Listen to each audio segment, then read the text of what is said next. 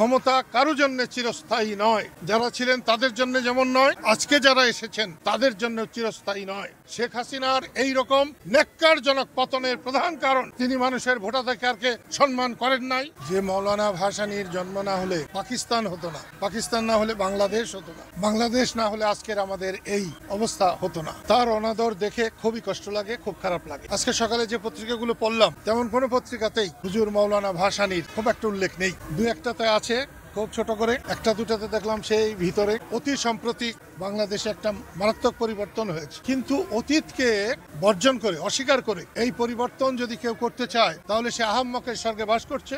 দুদিন পরে তাদেরকেও এরকম হতে হবে।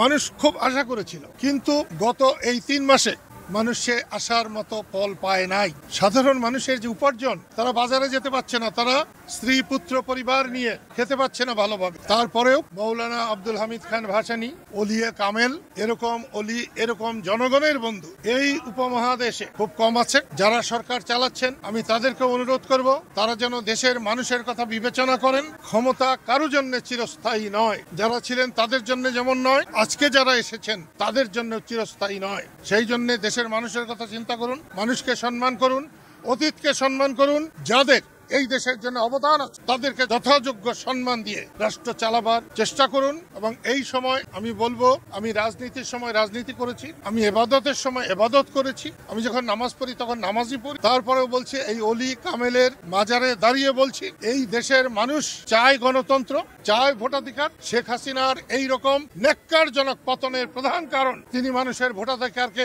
সম্মান করেন নাই। পরপর বেশ কয়েকবার মানুষকে সঠিকভাবে ভোট দিতে দেন নাই, যার ফল এটা হয়েছে। এবং দীর্ঘ সময় মানুষকে ভোটাধিকার ছাড়া রাখলে এখন যারা আছে তাদের পরিণত খুব ভালো হবে না।